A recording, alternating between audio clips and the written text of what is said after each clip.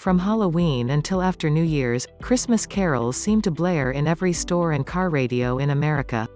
But despite the merriment of the holiday season, some of the most popular carols actually have incredibly creepy origins, which can change the entire way you listen to the song. Here are some of the creepiest Christmas song origin stories, from a tune about the slaughter of innocent children to a carol that traces its roots back to Nazi Germany. Merry Christmas in July. 10 Feet Coventry Carol. The Coventry Carol proves that not all Christmas songs have a cute origin story.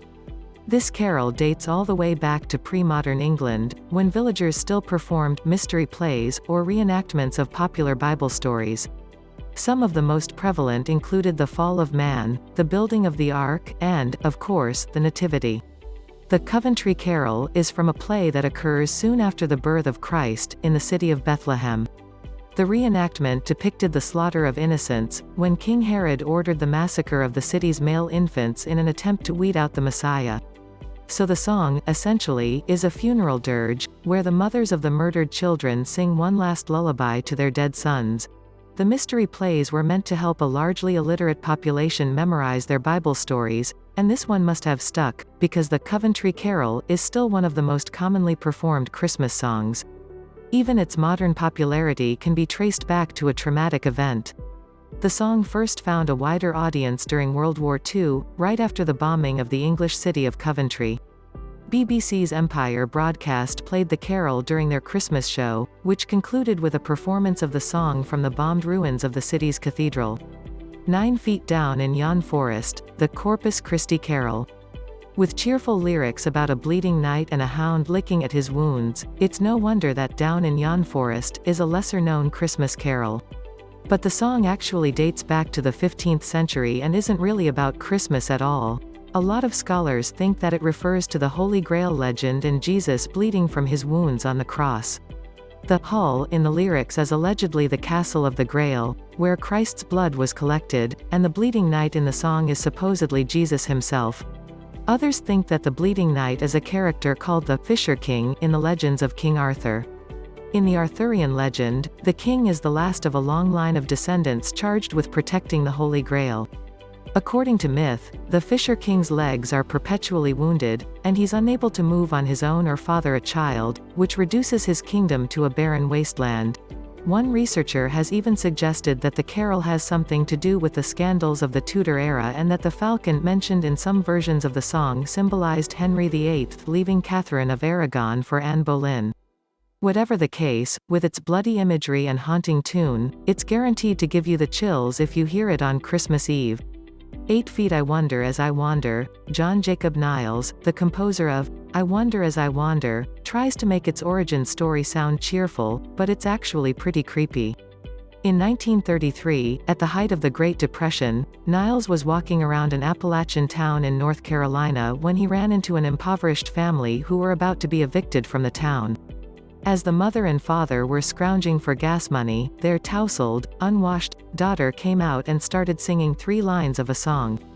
Niles paid her $25 a performance to try to get her to perform the whole song, but she just kept singing the same garbled 3 lines over and over. After 3 tries, Niles took the melody and used it to write a song about Jesus being born. 7 Feet S First für uns eine Zeit angekommen, Unto Us a Time Has Come. A popular Christmas carol in Germany, Unto Us a Time Has Come, was originally a religious song about the birth of Jesus. But the version that's sung in Germany today actually comes from the Nazis, when they waged a war on Christmas because it was problematic for their regime. If you think about it, Christmas was troublesome for a fascist political group trying to systematically eliminate the Jews. Jesus was Jewish, after all, and many of the popular symbols of Christmas were also a thorn in the Nazis' collective side. Stars, especially, were a problem. The 6-pointed star was also a Jewish symbol, and a 5-pointed star had been adopted as an emblem by the Soviets, one of Germany's opponents in World War II.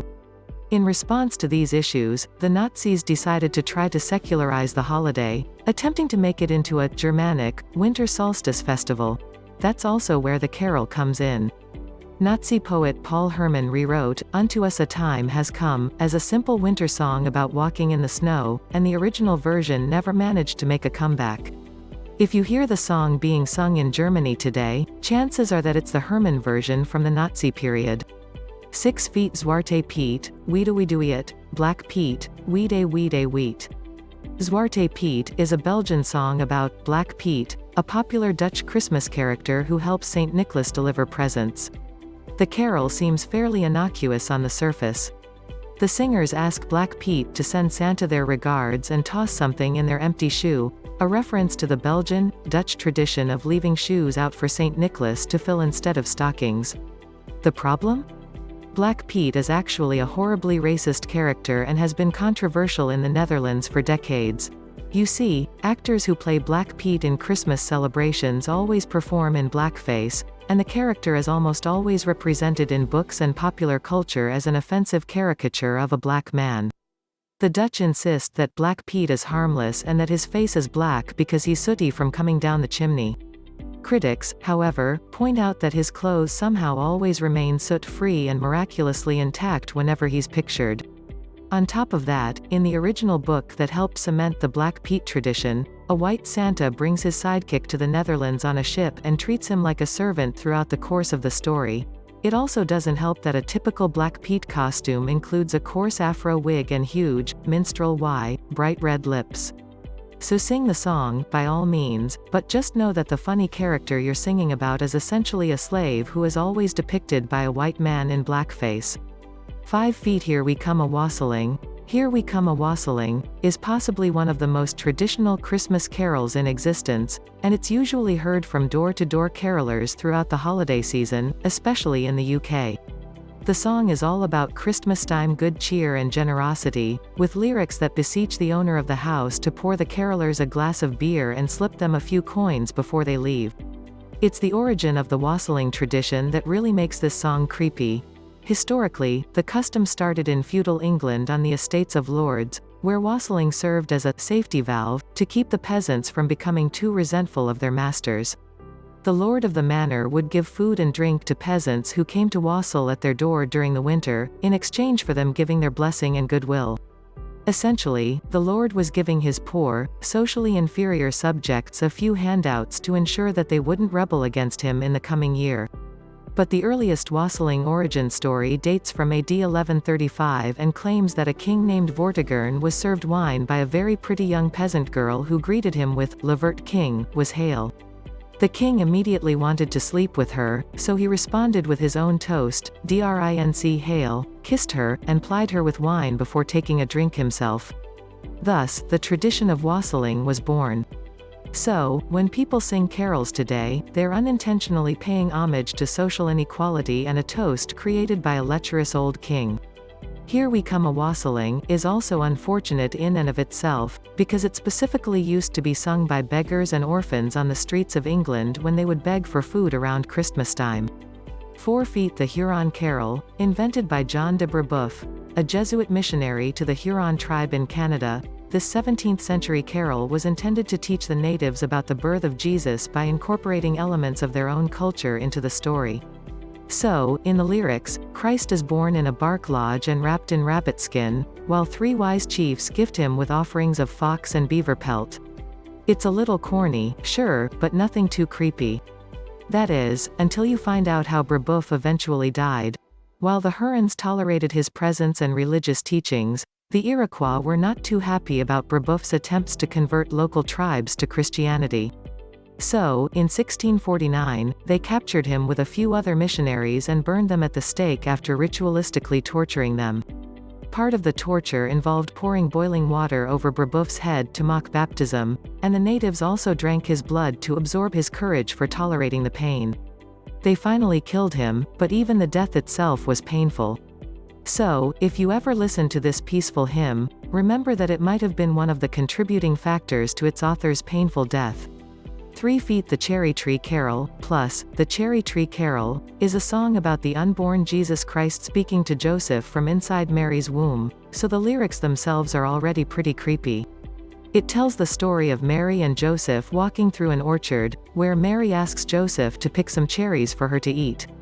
Joseph spitefully responds that the real father of her child can pick the fruit for her. In this particular song, he's apparently skeptical of the whole virgin birth thing, which leads the fetus in Mary's uterus to order Joseph to pull down a branch for his mother.